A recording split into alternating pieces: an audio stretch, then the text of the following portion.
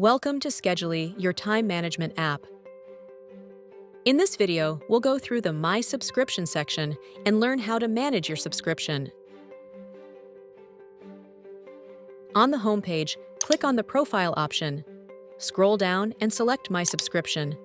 Here, you will see the package you are currently subscribed to, along with the expiration date of your subscription. To upgrade your subscription, simply tap on the Upgrade option. You can choose the type of subscription as a personal or family account. Now, choose a package that suits you.